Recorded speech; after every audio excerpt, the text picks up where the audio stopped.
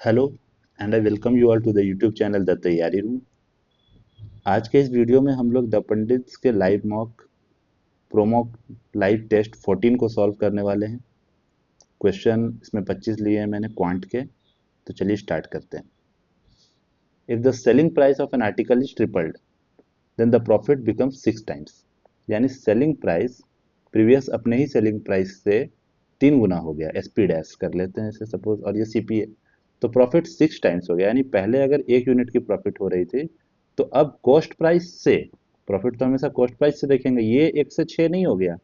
ये ऐसा नहीं समझना कि आप पहले ये था और ये 6 यूनिट, नहीं, ये कॉमन मिस्टेक नहीं करना। तो यहाँ यहाँ 6 टाइम्स हो गया।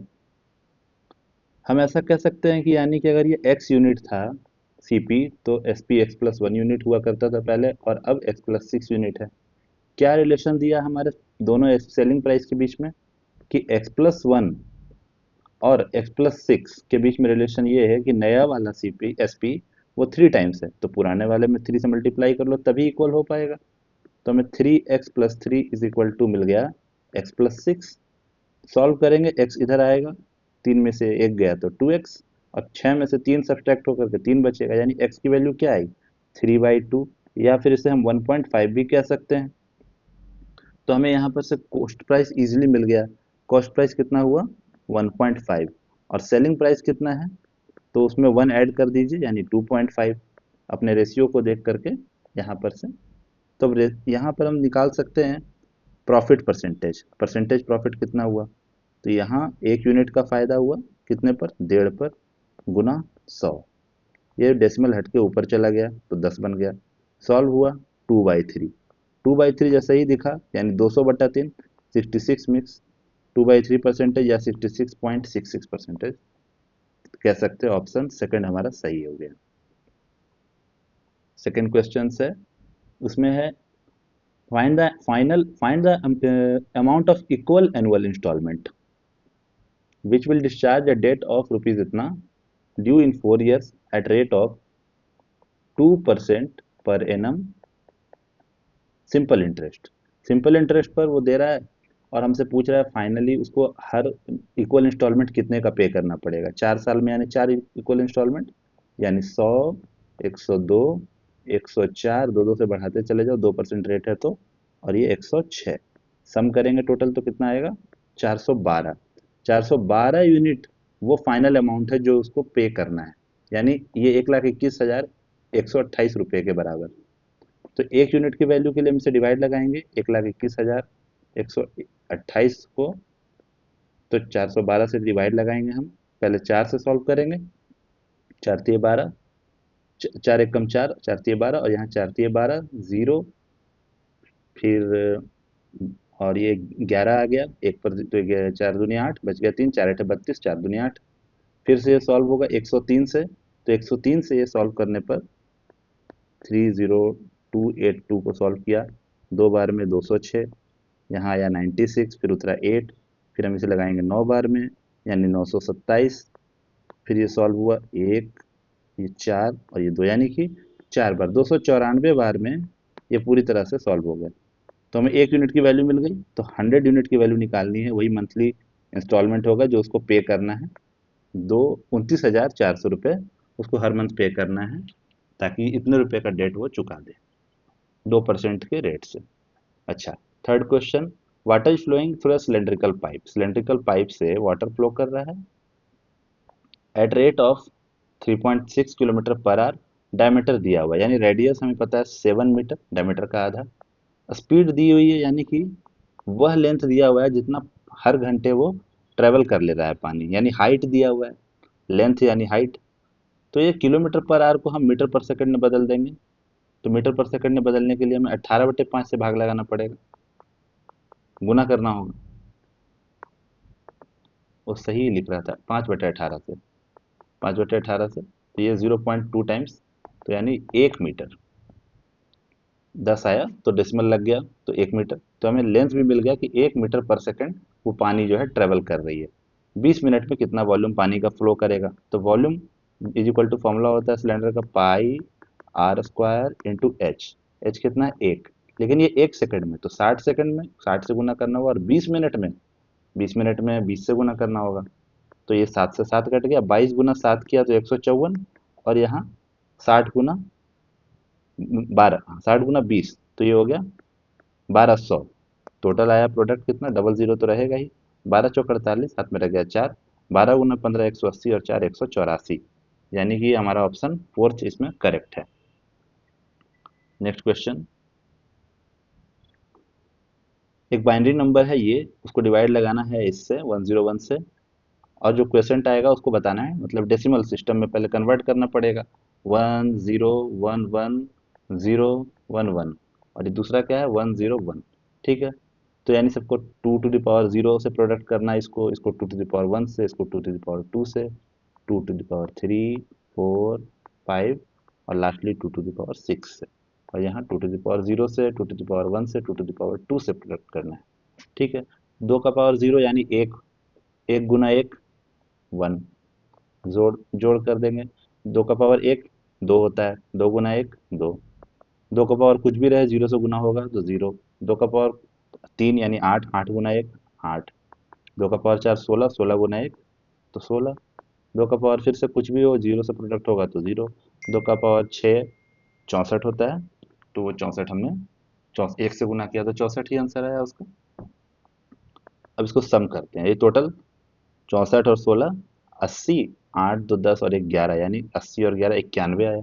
और यहाँ 2 का पावर 0 यानी कि दो, 1 गुना 1, 1 गुना 1 यानी 1 आएगा, जोड़, फिर 0 से प्रोडक्ट होकर 0 ही आ जाएगा, और ये 4 एकम 4, 4 ही हो गया, यानी कि 5, 4 और 1 5। अब बाइनरी में हमने बाइनरी को डेसिमल में तो कन्वर्ट कर लिया, अब इसको डिवाइड लगाना है फाइनली, तो इसका 18 × 95 और 0.2, एक जो है उसके बदले 0.2 आ गया, ये हमारा डेसिमल सिस्टम में क्वेश्चन है, यही पूछ रहा था, यही इसका आंसर है। Mixture of milk and water दिया हुआ है, 300 लीटर मिक्सचर है मिल्क और वाटर का, किस रेशियो में 2:3 में, यानी 5 यूनिट अगर 300 को डिनोट कर रहा है, 1 यूनिट 60 को करेगा, 2 यूनिट 120 को करेगा, 3 यूनिट 180 को करेगा। ठीक है, 60 लीटर मिक्सचर में मिक्सचर को निकाल दिया गया और उसकी जगह पानी ऐड कर दिया गया। मिल्क और वाटर अभी भी 2:3 में ही निकलेगा, जिस रेशियो में था मिश्रण में उसी रेशियो में मिक्सचर से बाहर भी होगा। 5 यूनिट इस बार 60 को रिप्रेजेंट कर रहा है, यानी 1 यूनिट 12 को, तो यानी 2 यूनिट मतलब 24, 3 यूनिट मतलब 36, तो इससे 24 यूनिट हटा दो, इससे 36 यूनिट हटा दो, कितना आया, यहाँ 144 यूनिट बचे, और यहाँ 96 बचा, लेकिन 60 पानी ऐड कर दिया था उसकी जगह पर, तो यानी कि वाटर है 206 लीटर, 204 लीटर, और मिल्क है 96 लीटर। क्या पूछ रहा है फाइनल मिक्सचर में वाटर का परसेंटेज, वाटर तो अभी भी, टोटल मिश्रण तो अभी भी 300 लीटर ही है, परसेंटेज निकालना है हमें, 100 से गुना कर दिया, और मिल्क कितना है 96 लीटर, तो हमने एक्चुअल क्वांटिटी को ही रहने दिया, इसलिए आसानी ये सॉल्व हो गया, 32 लीटर आया, 3 से 96 32 बार में सॉल्व हो गया, 32%, 32% आंसर आया, ये मिश्रण में मिल्क का मात्रा है। अच्छा, tan theta plus cot theta दिया हुआ है और हमसे ये पूछ रहा है, और ये यहाँ प्रोडक्ट का साइन था, तो जब tan थीटा प्लस, ये तो हमें पता है कि tan इंटू कॉट 1 होता है, इसकी कोई यूज हमें करनी नहीं है अभी, इसको हम इस तरह से लिख सकते हैं कि tan square theta plus sec square theta की जगह 1 + tan स्क्वायर थीटा, ताकि हमारा सारा टर्म्स tan के टर्म में आ जाए, tan के रूप में इसको 1 + 2 tan स्क्वायर थीटा, यानी अल्टीमेटली हमसे ये बात पूछी जा रही है, और दिया क्या हुआ है सिर्फ इतना, तो यानी हमें tan स्क्वायर थीटा की वैल्यू चाहिए। ठीक है, हम इसको पहले क्या करते हैं, लिख सकते हैं इस तरह से, tan स्क्वायर थीटा, इसको इसको होल स्क्वायर कर लेते हैं सबसे पहले, जैसे ही सबसे पहले होल स्क्वायर करेंगे तो क्या होगा, तो हम पाएंगे tan square theta plus cot square theta, A square plus B square plus 2ab, तो ए बी तो प्रोडक्ट 1 है, और इधर 5 का स्क्वायर 25, 25 से ये 2 सब्ट्रैक्ट होगा तो क्या होगा 23, तो हम कह सकते हैं tan square theta plus cot square theta is equal to 23। हम tan को अगर 1 मान लें, सॉरी x मान लें, let tan square theta is equal to x, tan को ही नहीं, tan स्क्वायर थीटा को ही हमने x मान लिया, अगर वो पता चल जाएगा तो हम रख सकते हैं उसको वैल्यू यहाँ पर, जो हमें फाइंड आउट करना है उसमें, तो अगर ये एक्स स्क्वायर नहीं सिर्फ एक्स है, तो ये कॉट स्क्वायर थीटा उसका रेसिप्रोकल होगा, यानी 1/x, वह 23 होगा।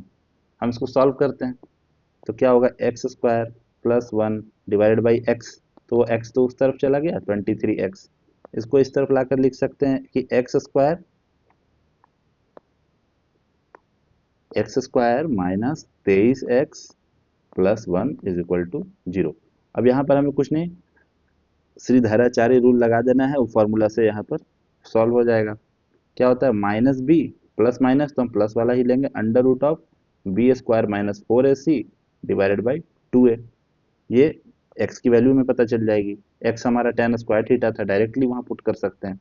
b माइनस बी क्या है, तो माइनस बी माइनस 23 है, b माइनस 23 है और माइनस से प्रोडक्ट होगा तो क्या बनेगा 23 plus under root of B square, यानी कि यहाँ पर जो x का कोफिशियंट है, अगर नहीं पता हो तो आप देख लो, ये होता है A X square plus B X plus C is equal to 0। तो ए बी और सी मैं किसको कह रहा हूँ, यहाँ पर ए बी और सी आप देख लो, यहाँ बी क्या है 23 है, ए क्या है 1 है, कुछ नहीं है तो 1 है, और यहाँ पर सी तो 1 दिया ही हुआ है, कांस्टेंट टर्म जो है। तो अब बी स्क्वायर क्या होगा, यहाँ पर बी स्क्वायर, ये इसका स्क्वायर 529 माइनस 4ac, यानी 4 ही आ जाएगा, डिवाइडेड बाई 2a। तो 2a कैसे लिखे, 2 इंटू 1 तो 2 हो गया। इसको हम लिख सकते हैं 23 जोड़ under root of 525 divided by 2। हमें वैल्यू मिल गई है tan स्क्वायर की। हम इसको ऊपर लेकर जाते हैं, यहाँ पुट कर देते हैं 1 प्लस, तो 2 से जैसे ही प्रोडक्ट होगा 2 टाइम्स ऑफ, ये देखना आप, 2 टाइम्स ऑफ 23 जोड़ अंडर रूट ऑफ 525/2। तो ये 2 से 2 तो कट गया, क्या बचा, 1 जोड़ 23 जोड़ अंडर रूट ऑफ 525। हम इसको लिख सकते हैं 23 और 1 24 जोड़, इसको 525 को क्या कहते हैं, 25 गुना 21 को ही कहते हैं 525। तो 25 तो रूट से बाहर आ गया 5 बन करके, लेकिन रूट अभी 21 वहीं रह गया, तो रूट 21, यानी हमारा ऑप्शन कौन सा सही है, 24 जोड़ 5 रूट 21 वाला, यानी ऑप्शन थर्ड सही है। ठीक है। If A is 20% more than B, A B और सी के बीच में क्या रिलेशन बता रहा है कि A is 20% more than B, यानी बी 5 है तो 20% अधिक, ए है 6, and C is 20% less than the sum of A and B, sum of A and B से 20% कम, 6 5 11, 11 का केवल वो 80% ही है, 20% कम यानी 80%, यानी 8.8। चलो तीनों निकल गया। By what percentage C is more than A, कितना अधिक है सी ए से, यानी बेस हो गया 6, कितना अधिक है 2.8 अधिक है, इंटू 100। डेसिमल को ये 0 से हटा देंगे और ये कट गया 2 से 14 बार में, 2 से 3 बार में, यानी 140/3, 3 चौके 12 बच गया 2, 2 पे 0 उतरा, 3 छक्के 18, फिर बच गया 2, यानी ये ऑप्शन सेकंड 46.666 या 67% हमारा करेक्ट आंसर है। Next question, calculate the coefficient of mean deviation from mean of the following. यहाँ कितने नंबर दिए हुए हैं, 1 2 3 4 5 6 7 8, 8 नंबर्स हैं। इनका mean deviation, coefficient of mean deviation हमें निकालना है फ्रॉम द मीन। तो पहले तो मीन निकालने के लिए हमें सम पता होना चाहिए, तो जोड़ते हैं, 0 है सभी में तो 0 हो गया यूनिट डिजिट पर, फिर 3 और 5 8, 8 7 15, 15 9 24, 24 1 25, 25 और 3 28, 28 5 33, 33 और 7 40, हाथ में रह गया 4, 6 4 10, 5 15, 4 19, 3 22, 3 25, 25 और फिर से 3 28, डिवाइडेड बाई 8 नंबर्स थे, तो ये कट गया 4 से, 4 सत्ते 28 और डबल 0, 4 दूनी 8, 350 आ गया। ठीक है, अब हमें मीन डेविएशन निकालना होगा। मीन डेविएशन निकालने के लिए क्या करना होगा कि हम पहले देखते हैं मीन से कितना कितना इनका, 350 से कितना कितना ये लोग दूर हैं। तो पहला नंबर का डिफरेंस क्या आया, 350 माइनस 70 किया तो केवल, क्या खुद से ही टाइप हो गया, तो पहला क्या किया हमने, डिफरेंस किया तो 280 आया, दूसरे वाला क्या आया, डिफरेंस किया तो 200 ही आया। फिर यहाँ इन दोनों का डिफरेंस किया, 70 में से घटाया 280 आया, 150 में से घटाया, पॉजिटिव डिफरेंस लिखना है केवल।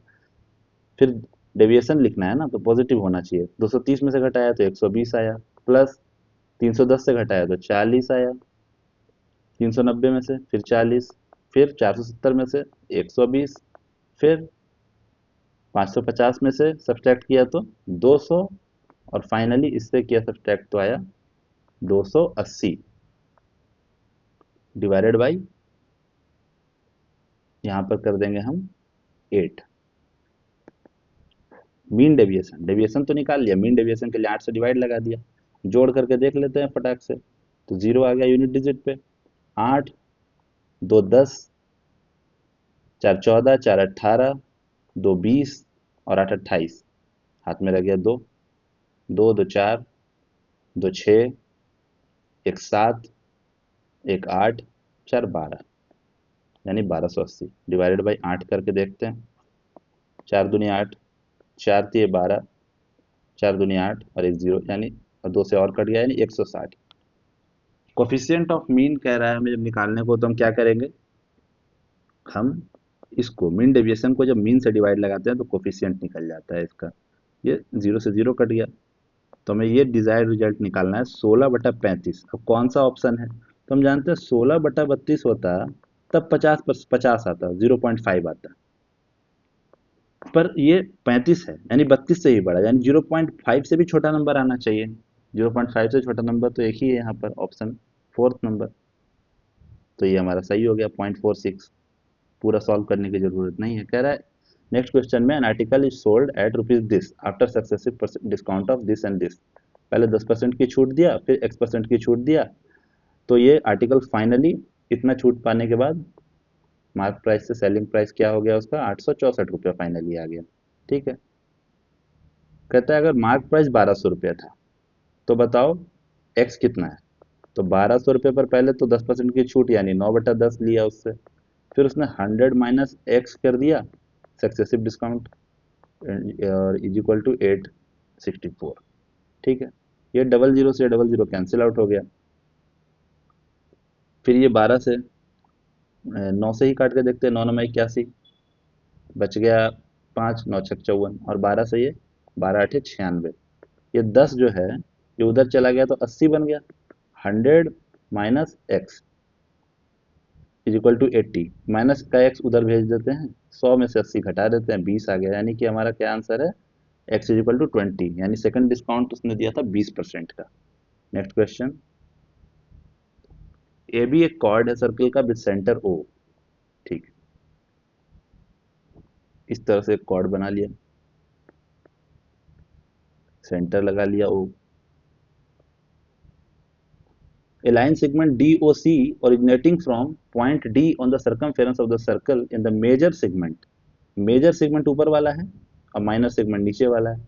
मेजर सेगमेंट से ओरिजिनेट होता हुआ एक पॉइंट डी, एक लाइन है डीओसी, यानी कि ओरिजिन से गुजरता हुआ डीओसी जा रहा है और एबी को प्रोड्यूस करने पर सी पर मिल रहा है। एबी को प्रोड्यूस कर दिया यहाँ तक, तो ये डीओसी इस तरह से जा करके इसको यहाँ कहीं सी पे कट कर ले रहा है। ठीक है। बीसी और ओडी इक्वल है, ये ओडी और ये बीसी इक्वल है। फाइंड द लेंथ ऑफ, और एंगल बीसीओ भी दिया हुआ है, बी सी ओ, ये 30 डिग्री है। ये कितना है, 30। तो हमें बोल रहा है एओडी बताने, आप ये वाला एंगल बताओ यहाँ पर कितना डिग्री है। एक काम करते हैं, इसको भी ज्वाइन कर देते हैं। ठीक है। ये जितना है ये तो रेडियस होगा, ओडी एक रेडियस है और ओबी भी रेडियस है, यानी ये लेंथ जितना है उतना ही ये लेंथ भी है। तो अगर ये और ये, अब यहाँ देखा जाए तो जितना ओ बी है उतना ही बी सी है, दोनों इक्वल हो गए, तो यानी एक आइसोसेलेस ट्रायंगल बन गया, बी सी ओ जो भी हमारा है ये एक आइसोसेलेस ट्रायंगल बन गया, यानी ये 30 डिग्री, तो ये बगल वाला भी 30 डिग्री। अगर ये 30, ये 30, तो ये कितना, तो ये 60 डिग्री। अल्टरनेट अल्टरनेट एंगल जो हुआ, सम ऑफ इंटीरियर एंगल्स का, अपोजिट इंटीरियर्स का सम होगा, तो यानी 30 30 60। अगर ये 60 है, ये भी रेडियस है, तो ये भी 60। अगर ये दोनों 60 है तो बीच वाला ऊपर वाला भी 60। अब देखो, ये 30 मिल चुका था, ये 60 मिल गया, 90 हो चुका है। स्ट्रेट लाइन पे 180 डिग्री का एंगल होता है, तो बचा कितना, 180 माइनस 60 माइनस 30, यानी कि 90 डिग्री। तो हमारा करेक्ट आंसर क्या आएगा, इस क्वेश्चन में करेक्ट आंसर है हमारा 90 डिग्री, ऑप्शन थर्ड। अब when this number divided by the least number X the remainder is 6 in each case. इन सभी नंबर्स को, इन सभी का मतलब सभी से डिवाइड करते हैं अलग अलग, तो नंबर हर बार एक्स से डिवाइड होने पर 6 ही रिमाइंडर देता है। लेकिन वो नंबर जो एक्स है होगा, वो 11 से कंप्लीटली डिविजिबल है। तो इसका मतलब सबसे पहले क्या करो आप ऐसे क्वेश्चन में, एलसीएम लो 15, 18, 24, 30 और 36 का। तीनों का एलसीएम कितना आएगा? 360 आएगा। अगर आप रेगुलरली सॉल्व करोगे तो वैसे भी निकाल सकते हो, क्योंकि यहाँ 18 है और 24 है। इन दोनों का एलसीएम तो ऐसे 72 आया, ठीक है। फिर 72 के साथ 30 का सोचा हमने, तो एक ही वहां पर फिर 72 पचे जाता है, और 72 पचे और 30 के टेबल में भी जाएगा, 360 आ जाएगा 12 बार में। तो एलसीएम हमें दिख गया। पर ये क्या कर रहा है कि हम इसको इस तरह से लिखेंगे 360 के प्लस 6। अब ये जो नंबर है, इसको जब भी हम एक्स से डिवाइड लगाएंगे, हर बार 6 रिमाइंडर आएगा, ठीक है।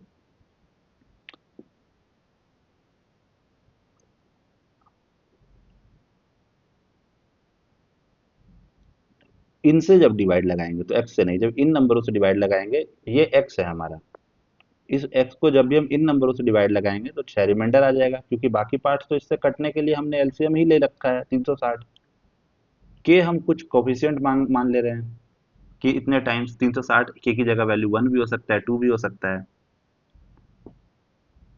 पर वो 11 से डिविजिबल है। ये जो x है वो 11 से डिविजिबल है। 11 से डिविजिबल का मतलब हमें क्या करना होगा, 360 को इस तरह से ब्रेक करना होगा कि वो 11 से पूरी पूरी कट जाए।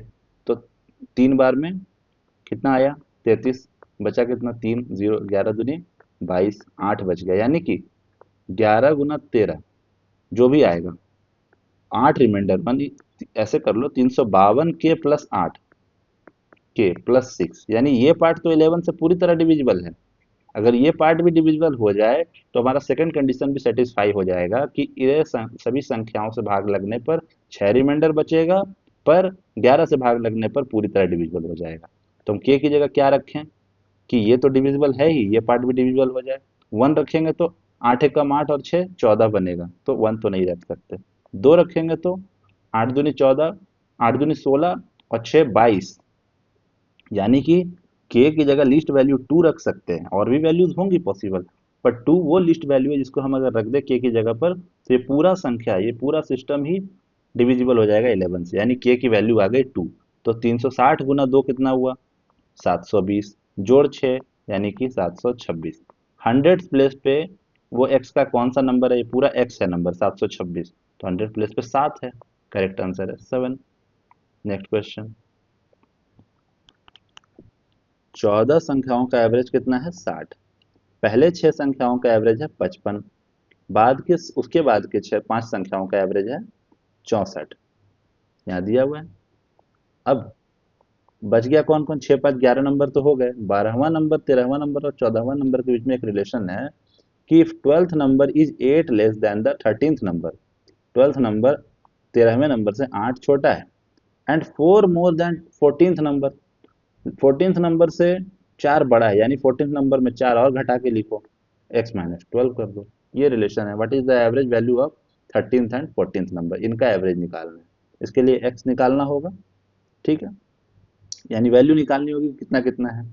ठीक है, सबसे पहली बात कि बचे हुए 3 नंबर्स का सम क्या है, वही पता चल जाए तो अभी काम हो जाएगा। अगर सभी नंबर यहाँ पर देखो, अगर तो ये 6 नंबर्स 55 वाले थे, यानी कि एवरेज तो 60 है, मगर इन्होंने क्या किया, यहाँ पर डिफिसिट क्रिएट किया, ये कम ही लेकर गए, 55 लेकर गए, 60 नहीं लेकर गए, यानी हर इनके 6 के 6 नंबरों ने +5 का डेफिसिट क्रिएट किया, यानी कि 6 इंटू +5। वो किसको लेकर आना पड़ेगा ताकि एवरेज 60 बन सके? वो इन तीनों नंबरों को वो एक्स्ट्रा लेकर आना पड़ेगा, यानी इन तीनों की एवरेज 60 तो रहेगी ही रहेगी, प्लस एक्स्ट्रा में क्या रहेगा?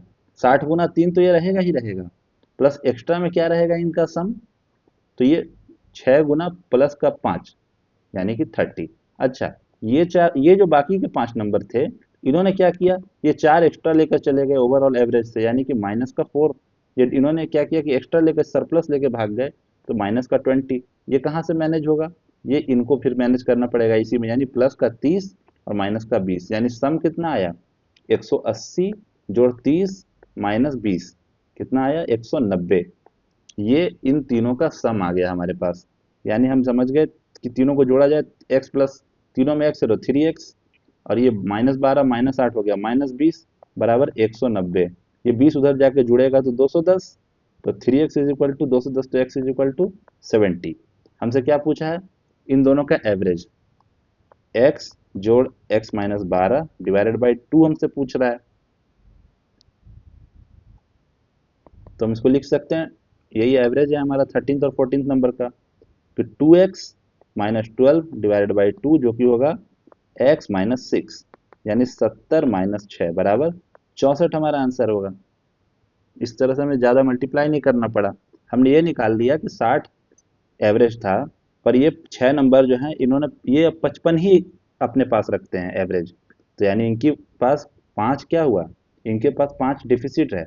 तो वो किसको भरपाई करनी पड़ेगी ताकि सभी का एवरेज 60 बन सके? इन तीनों को करनी पड़ेगी।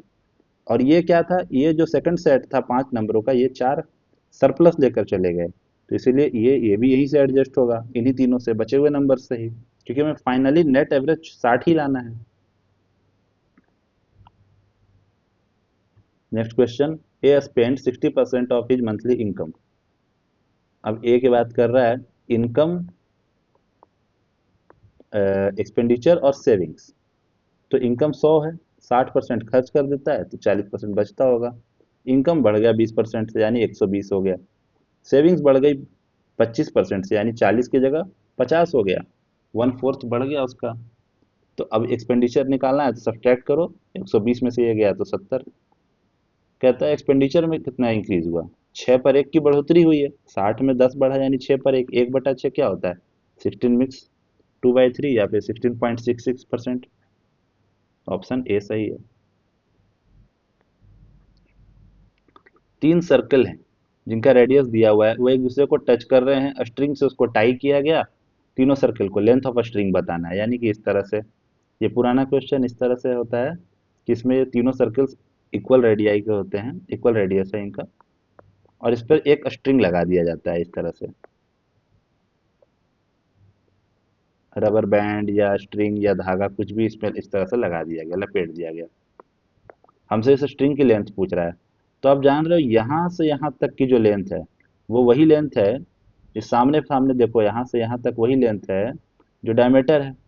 तो एक बार यहाँ लपेटा गया डायमीटर, एक बार यहाँ लपेटा गया डायमीटर, एक बार यहाँ लपेटा गया डायमीटर, यानी 3 टाइम्स ऑफ डायमीटर। और बचा हुआ पार्ट, ये जो कर्व वाला पार्ट है, ये कितना होता है? एक बार सरकमफेरेंस के बराबर होता है। ये 120 डिग्री के इक्वल होता है, तो 3 बार मिल जाएगा 360 डिग्री, यानी सर्कल के सरकमफेरेंस के बराबर आ गया। तो हम यहाँ पर 3 टाइम्स डायमीटर, रेडियस है 7.5, डायमीटर होगा 15, 3 × 15 जोड़ 2 पाई आर, 2 पाई आर कितना है? 7.5, यानी कि फिर से 15, 45 जोड़ 15 पाई, 15 कॉमन ले लें अगर तो क्या बचेगा? 3 जोड़ पाई, या पाई जोड़ 3। ऐसा कौन सा ऑप्शन है? ऐसा ऑप्शन, दोनों तो सेम सा ही लिख दिया है, तो ऑप्शन, इसको सेकंड को 3 कर लो, तो ऑप्शन बी इसका करेक्ट आंसर है। Find the number of natural numbers between √70 and √700। ठीक है, √70 और √700 के बीच में कितने नेचुरल नंबर्स हैं? इससे छोटा तो 64 होता है perfect square number, natural number से है तो बाहर निकल के एक नेचुरल नंबर आना चाहिए, परफेक्ट स्क्वायर नंबर होना चाहिए, यानी इसके बाद वाला तो 81 होगा। √81 से कहानी शुरू होगी, यानी 9। और यहाँ लास्ट कहाँ होगा? 25 का स्क्वायर 625 होता है, 26 का 676, और 27 का 729। तो यानी हमें 26 तक ही जाना है, यानी कि √676 तक ही जाना है, यानी कि 26, यानी 9 से लेकर 26 तक, 9 और 26 को भी काउंट करना है। उतने ही नेचुरल नंबर्स इनके बीच में, √70 √700 के बीच में है, यानी जितने परफेक्ट स्क्वायर्स हैं उतने ही नेचुरल नंबर्स उनके बीच में है। तो हम इसमें क्या करेंगे? 26 माइनस 9, एक्चुअली इन्होंने यही कहा कि 9 और 26 के बीच में कितना निकालना है, तो इन दोनों को सब्ट्रैक्ट करो पहले, तो कितना आया? 17। लेकिन चूंकि हमें एंड वाले को भी काउंट करना है तो हम क्या करेंगे? एक ऐड कर देंगे।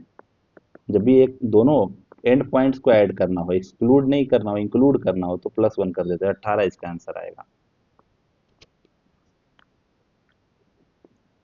ए माइनस बी दिया हुआ है, ए क्यू माइनस बी क्यू भी दिया हुआ है, ए बी की वैल्यू निकालनी है। ठीक है, इसका होल क्यूब अगर किया जाए, या इसको इसको सॉल्व करते हैं, A Q minus B Q को, और इसको होल स्क्वायर करते हैं, A square plus B square minus 2ab, ये आया 49। और इसको सॉल्व किया तो क्या आया, A Q minus B Q को A minus B into A square plus B square plus का A B is equal to 2058। इसकी वैल्यू दी हुई है कितनी, 7। 7 से इसको डिवाइड लगाया, 7 दूनी 14, बच गया 6, 7 नम फिर बच गया 6, हाँ 7 नंबर 63, अच्छा ये 58 है, हाँ, और 7 चौके 28, 294। A square plus B square plus A B is equal to 294। और यहाँ एक इक्वेशन दिया हुआ है हमारे पास, तो दोनों को सब्सट्रैक्ट कर लेते हैं इस तरह से, सब्सट्रैक्ट सब्सट्रैक्ट, यहाँ प्लस हो जाएगा, यहाँ माइनस की जगह यहाँ, और यहाँ पर प्लस था पहले से तो ये माइनस बन जाएगा। सॉल्व हुआ, A square B, A square से A square solve, B square से B square solve, 3ab is equal to, ये आया सॉल्व करके 245। A B is equal to 245/3, यानी ऑप्शन हमारा है थर्ड वाला सही। कुछ सम ऑफ मनी है, प्रिंसिपल होगा, वो 7.5 साल में कितना हो जाता है, 4 गुना। ठीक है, तो कितना टाइम्स होना, 16 टाइम्स होने के लिए कितना टाइम लगेगा, कंपाउंड इंटरेस्ट पर, एट कंपाउंड इंटरेस्ट। ठीक है, यानी कि वो 1 था, 1 से हो गया 4, 4⁻1, अब उसको 4⁻2 बनाना है 16 टाइम्स। तो कंपाउंड इंटरेस्ट में होता है कि इक्वल टाइम में पावर जो है इस तरह से बढ़ते जाता है, फिर 7.5 साल और लगेगा, तो 4⁻2 टाइम्स, फिर 7.5 साल और लगेगा तो 4⁻3 टाइम्स हो जाएगा, यानी कि चार 4 गुना हो गया ना, वो 1 का 4 गुना, ये प्रिंसिपल था, 1 का 4 गुना हो गया 7.5 साल में, तो यानी 16 गुना कब हो जाएगा, 16 गुना हो जाएगा 7.5 और 7.5, यानी 15 सालों में। अगर 7.5 साल और बीत जाते यानी 22.5 साल, तो 64 गुना हो जाता 4 का क्यूब। इस तरह से इसका आंसर है option B. Time and work का क्वेश्चन है, 120 वर्कर्स मिलकर 6 घंटे काम करते हैं, तो 1500 मीटर लंबी दीवार 20 दिन में बना लेते हैं। ठीक है, तो 1500 मीटर जो वर्क है उसको नीचे लिख दिया, और अगर 1800 मीटर लंबी दीवार बनानी है तो कितने अधिक वर्कर्स लगेंगे, तो हम वर्कर्स की संख्या मान लेते हैं एक्स इंटू 15 दिन तक काम कर रहे हैं, 8 घंटे प्रति घंटे के हिसाब से, तो ये तो 0 0 कैंसिल आउट हो गया, 3×5 = 15, 3×6 = 18। ठीक है, 5 के टेबल में ये 4 बार में सॉल्व हो गया, और ये 15 ये कट गया, 3×5 = 15, 3×2 = 6, और 2 के टेबल में ये 2×4 = 8, 20 आया। तो ये 20 से 120 भी 6 बार में सॉल्व हो गया, तो यहाँ पर आया हमें 6×6 = 36 और गुना 4, 36 चौक 144, यानी एक्स की वैल्यू आ गई 144।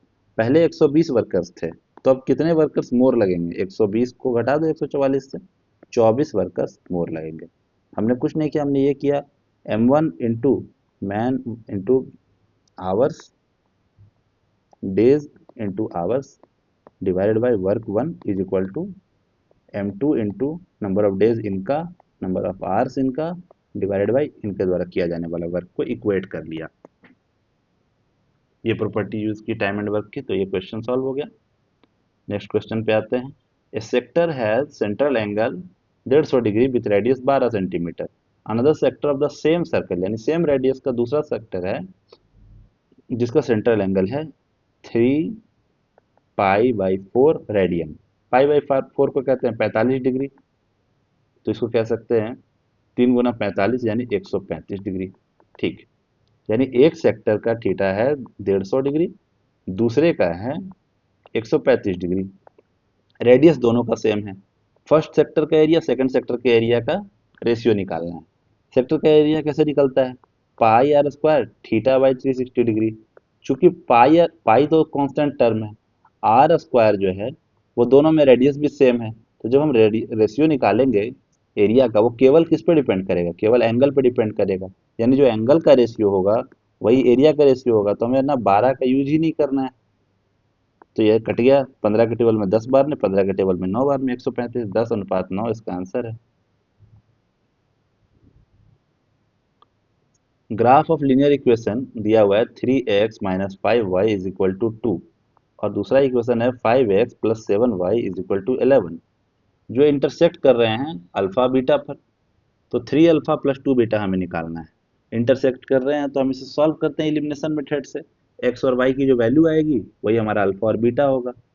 तो हम किसको एलिमिनेट कर दे, पहले हम एक्स को ही एलिमिनेट करते हैं। तो ऊपर 5 से और नीचे 3 से गुना कर देते हैं। तो ये इस तरह से ऊपर बनेगा 15x माइनस 25y और 5 दूनी 10, और जब नीचे 3 से गुना करेंगे तो फिर 5 तिये 15x प्लस 7 21y और 3 गुना 11 33। सब्ट्रैक्ट करेंगे, ये सॉल्व कट गया, ये आया माइनस का 46 वाई और ये आया माइनस का 23, यानी वाई की वैल्यू आई 23/46, यानी कि 1/2। किसी भी इक्वेशन में पुट कर सकते हैं। 3x माइनस 5y बराबर 2 हमारा पहला इक्वेशन था, उसी में पुट कर लेते हैं। इसको 0.5 लिख लो और आसानी होगी। 3x माइनस 0.5 को जब गुना करेंगे इसमें 5 में तो क्या आएगा 25, पॉइंट लगा दो एक अंक के बाद, बराबर 2। ये जब उधर जाकर सॉल्व होगा तो क्या बनेगा, 2 में से गया तो 0.2, 2 प्लस 2.5 ऐड हो गया यानी 4.5। 3x की वैल्यू 4.5 यानी कि x की वैल्यू 4.5 डिवाइडेड बाई 3 यानी 1.5। हमें अल्फा भी मिल गया, बीटा भी मिल गया। क्वेश्चन में आते हैं 3 alpha, 3 times 1.5 plus 2 times beta यानी 0.5। आधा गुना हुआ तो क्या बना 1, और ये बन 15×45 यानी 5.5 इसका आंसर आया। ठीक है, नेक्स्ट क्वेश्चन। ट्रेन ए ट्रेन लीव्स सिटी ए, कोई ट्रेन है वो सिटी ए से बी के बीच में चलती है। तो 6 AM पर वो चलना स्टार्ट करती, ठीक है, और 10:30 बजे यानी 4.5 घंटे के बाद वो पहुंच जाती है सिटी बी पर। दूसरी ट्रेन है, अनदर ट्रेन, वो चलती है कितने बजे, वो 8 बजे चलना शुरू करती है और वो 12:30 बजे पहुंच जाती है, यानी कि इसको भी 8.5 घंटे लग रहे हैं। पर एक ए से बी जा रही है, एक बी से ए आ रही है। तो कितने समय के बाद या कितने बजे वो मिलेंगे। तो पहली बात कि 6 से 8 बजे के बीच में केवल फर्स्ट ट्रेन चल रही है, और चूंकि दोनों को टाइम सेम लग रहा है, यहाँ पर टाइम क्या है सेम, 4.5 घंटा। तो हम मान लेते हैं कि 4.5 घंटा ही टाइम है और 4.5 ही किलोमीटर था। दोनों ट्रेन की स्पीड भी 1 घंटा पर आवर थी, ये डिस्टेंस भी था, और हमारा स्पीड क्या था 1 किलोमीटर पर आवर, तभी 4.5 किलोमीटर, 4.5 किलोमीटर को 4.5 घंटा में पूरा कर रहा है, कोई दिक्कत नहीं। तो पहला 2 घंटा यानी 8 बज गया, यहाँ 8 बज गया, तब तक ये सेकंड वाली ट्रेन यहाँ से नहीं चली। तो ये 2 घंटे में तो पहला वाला ट्रेन ही सिर्फ चल रहा था। 2 घंटे में कितना किलोमीटर चल लेगा, अपनी स्पीड से 2 किलोमीटर चल लेगा। तो बचा कितना, 4.5 माइनस 2, यानी केवल 2.5 किलोमीटर बचा। उस 2.5 किलोमीटर को चलने के लिए अब रिलेटिव स्पीड क्या हो गई, दोनों की 1-1 किलोमीटर पर आवर की जो स्पीड है वो ऐड हो गई, यानी कि अब जो बचा हुआ टाइम लगना है 8 बजे के बाद से 2.5 घंटे को चलने के लिए 1+1 की स्पीड से यानी 2 की स्पीड से। 2.5 को 2 से डिवाइड लगाओ, क्या आएगा, इसको 5/2 तो कहते ही हैं, डिवाइडेड बाई 2 है, यानी 5/4 आवर्स लगेंगे। यानी कह सकते हैं 1 लगेंगे, यानी कि 1 घंटा और 1/4, 60 का 1/4 होता है 15, 15 मिनट लगेगा। 1 घंटा 15 मिनट कब, 8 बजे में 1 घंटा 15 मिनट जोड़ दो, तो यानी कि 9:15 पर दोनों ट्रेन आपस में मिल जाएंगी। Next question. एक स्कूल है जिसमें गर्ल्स हैं और बॉयज हैं, ये गर्ल्स है बॉयज है, और इस तरह से उसको बताया है कि कुछ बच्चे हैं जो कि कैसे हैं, 3/7 ऑफ गर्ल्स, जिसमें से 3/7 क्या है गर्ल्स हैं, यानी कि टोटल अगर 7 है तो 3 लड़कियां हैं और 4 लड़के हैं, ये boys. 1/4 of the boys are below 12 years, यानी दो कॉलम और बनाना बनाना है हमें यहाँ, एक बिलो 12 ईयर्स का और एक 12 एंड अबव। कितने लड़के? 1/4। 1/4 यानी कि 1 यूनिट, 4 का 1/4 1 होता है। वो बिलो 12 साल के हैं, तो बचे हुए 4 में से एक गया तो 3, वो 12 साल से अबव हैं। और गर्ल्स के बारे में क्या कह रहा है? 2/3 of the girls are below 12 year. 2/3 यानी 2 यूनिट, 3 का 2/3 दो ही आएगा, तो बचे हुए 3 में से दो चली गई तो एक बचा। एक एक यूनिट जो है वो 12 साल से ऊपर है। नंबर ऑफ स्टूडेंट्स जो कि 12 साल या उससे अधिक, यानी ये 3+1 यूनिट की बात कर रहा है। 4 यूनिट की वैल्यू हमें दी हुई है कितनी? 260। तो नंबर ऑफ बॉयज बताइए, नंबर ऑफ बॉयज कितने? 4 यूनिट। तो ये 4 यूनिट ही 260 है। डायरेक्टली हमें निकालने की भी जरूरत नहीं, आंसर आ गया 260 आंसर। इसको सिंप्लीफाई करने कह रहा है। a+b - c का whole square minus a - b - c का होल स्क्वायर प्लस 4ab। ठीक है, ब्रेक करते हैं इसको। a² b² plus c²। अब क्या होगा? माइनस ऑफ, यहाँ प्लस ए बी है तो प्लस ए बी, यहाँ B C, two B C लिखेंगे लेकिन बी सी के साथ माइनस है तो 2bc। फिर यहाँ 2ac लिखेंगे लेकिन माइनस का 2ca या ac। ठीक है, माइनस साइन के साथ प्रोडक्ट करेंगे बाद में, पहले लिख देते हैं इसको। a² plus b² plus c² minus of 2ab। फिर माइनस माइनस प्लस हो गया, इन दोनों का गुना करने पर b और c का, तो प्लस का 2bc और फिर माइनस का 2ca और लास्ट में है प्लस का 4ab। अब थोड़ा ध्यान से एक बार पूरे इक्वेशन को ठीक से लिख देते हैं। a² plus b² plus c² plus 2ab minus 2bc minus 2ca। अब माइनस के साइन के साथ प्रोडक्ट करिए, -a² minus b² minus c²। यहाँ -2ab था पहले से, तो ये बन गया +2ab।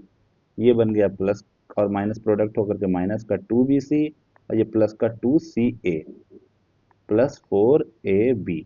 ठीक है, a² माइनस के स्क्वायर से कैंसिल b² माइनस के b² से कैंसिल c² माइनस के c² से कैंसिल। अब हमें देखना है ए बी, ये 2ab, ये 2ab यहाँ पर और ये +4 यानी कि 8 पॉजिटिव ए बी है। बी सी का -2bc है यहाँ पर, यहाँ -2bc है, तो कितना हो गया? -4bc। माइनस का 2ca प्लस का 2ca से कैंसिल आउट हो गया। अब कोई भी टर्म्स हमारा नहीं बचा। हम 4 अगर कॉमन ले लें तो क्या बचेगा? यहाँ बचेगा 2 times of A B minus यहाँ सिर्फ बी सी बचेगा। तो 4 कॉमन लेके 2 टाइम्स ऑफ, इसमें से कोई सा ऑप्शन है? कोई सा भी तो इस तरह का नहीं दिख रहा है। तो इसका आंसर किसमें ठीक, इसको ठीक कर लेते हैं। इसमें से ये 2 हटा देते हैं, ये अपना ऑप्शन ए सही है। ठीक है, नेक्स्ट क्वेश्चन सिंप्लीफिकेशन का है। इसको नीचे से सॉल्व करते हुए हम लोग चलेंगे। ठीक, 2+1, और ये पूरा क्वेश्चन नोट कर लेते हैं एक बार। 7+1/5 -2/7। ठीक है, तो ये 7×5 = 35 हो गया और माइनस का 2 33, तो 33/7 इसको लिख सकते हैं ना? 33/7 लिख सकते हैं, तो लिख दो इसको 33/7। क्या उस बटा 7 को ऊपर ले जा सकते हैं? तो यहाँ आ गया 33/7 को ऐसे लिख दिया। 33, अब 7 के साथ प्रोडक्ट करेंगे तो 33 × 7 सत्य 21 और सत्य 21 और 2 23। 7 जुड़ेगा यानी कि 38, तो 238 इसकी जगह लिख सकते हैं। 238/33, तो 238/33 था, वो ऊपर जा सकता है यहाँ गुना होने के लिए, यानी 66 बन सकता है। यानी कि इसको, इस पार्ट को हम 66 लिख सकते हैं।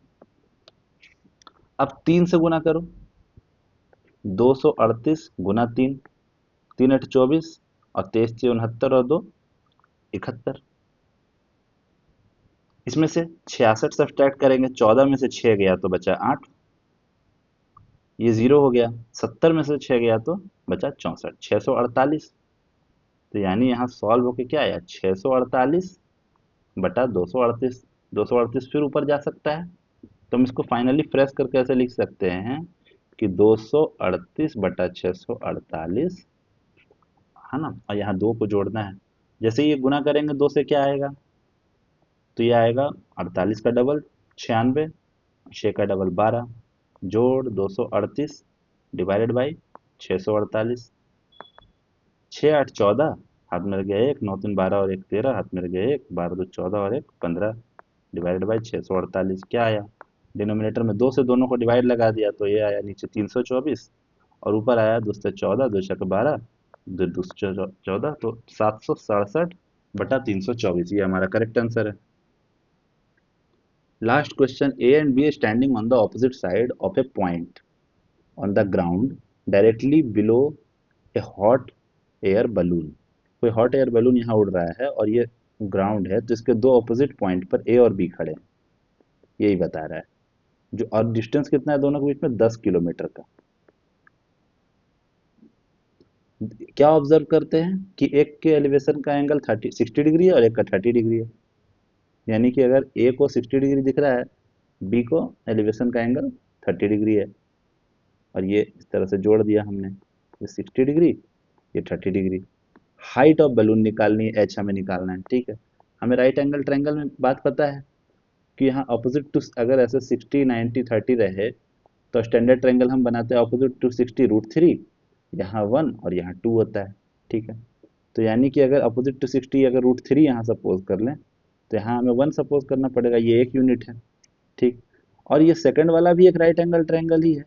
अगर इसको इस तरह से डी और ई कह दें, तो जो बी, ई और डी, ये वाला भी एक राइट एंगल ट्रायंगल है। तो यहाँ 30 के सामने अगर √3 है, यानी 1 यूनिट √3 को डिनोट कर रहा है, तो यहाँ 60 है, इसके ठीक अपोजिट √3 टाइम्स होना चाहिए, यानी कि ये कितना होगा, √3 टाइम्स, यानी √3 का भी √3, यानी कि 3 यूनिट हो गया। हमें पता चल गया 1 यूनिट और 3 यूनिट, मतलब 4 यूनिट बराबर है 10 के, तो 1 यूनिट कितने के बराबर होगा, 2.5 के।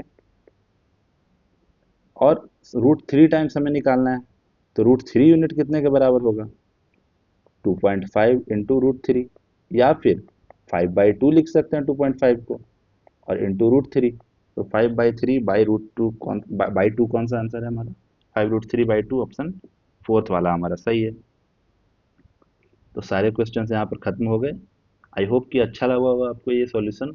इसमें कई सारे क्वेश्चंस ऐसे थे जिसको आपको स्किप कर देना चाहिए रियल एग्जाम के टाइम पर, जैसे ये क्वेश्चन तो ठीक है, इजी है, आप इसमें कैलकुलेशन कर सकते हैं तो कर लो, वरना आपकी मर्जी, अगर आपसे गलती हो रहा है तो आप इसको स्किप कर दो एग्जाम के दौरान। ये क्वेश्चन आप कर सकते हैं, बस इसमें माइनस प्लस का ध्यान देना है। अगर आप बहुत इफिशियंट हैं और बिना ब्रैकेट लगाए हुए ही कर सकते हैं मल्टीप्लाई इस माइनस से, तो मैं तो कर सकता था, पर समझाने के लिए ये लगाना जरूरी है। अगर आप ये इस तरह से प्रैक्टिस करोगे, साइन को नहीं भूलोगे, तो ये कम समय में होने वाला एक अच्छा क्वेश्चन है। ये क्वेश्चन नंबर 22 भी बहुत ही इजी था। ये 21 number question time and speed का, ये बहुत अच्छा क्वेश्चन है, आसानी से हो सकता है। ये क्वेश्चन भी बहुत आसान है, इसको भी कर सकते हैं। ये तो बहुत ही सिंपल है, जिसमें आपने दोनों एंगल्स के रेशियो पर ही एरिया के रेशियो को डिवाइड कर दिया, इसको भी एग्जाम में सॉल्व कर सकते हैं। ये टाइम एंड वर्क का क्वेश्चन भी सॉल्व किया जा सकता है एग्जाम में। ये कंपाउंड इंटरेस्ट का क्वेश्चन भी बहुत इजीली बिना पेन के ही हो जाएगा सॉल्व वहाँ पर। ये क्वेश्चन में थोड़ा कैलकुलेशन है, मगर ये भी इजीली सॉल्व हो जाता है एलिमिनेशन करने से। इस क्वेश्चन में भी आपने देखा कि वर्बली हमें कम लिखना था, बस सिर्फ 9 और 26 को घटा करके एक ऐड करना था, नेचुरल नंबर्स की संख्या। ये भी जिसे कॉन्सेप्ट पता है तो ये काफ़ी आसान है, लेंथ ऑफ स्ट्रिंग को निकालना। श्रीधाराचार्य वाले को आप स्किप कर सकते हैं, अदरवाइज बाकी क्वेश्चंस ऐसे नहीं हैं जिनको आप कोई खास टाइम देना पड़ेगा आपको, वो आसानी से हो जाएंगे। आई होप कि आपको ये वीडियो अच्छा लगा होगा। अगर आप चैनल पर नए हो तो चैनल को सब्सक्राइब कर लो, वीडियो अच्छी लगी तो उसको लाइक कर दो, अपने दोस्तों को शेयर कर दो। Thank you for watching.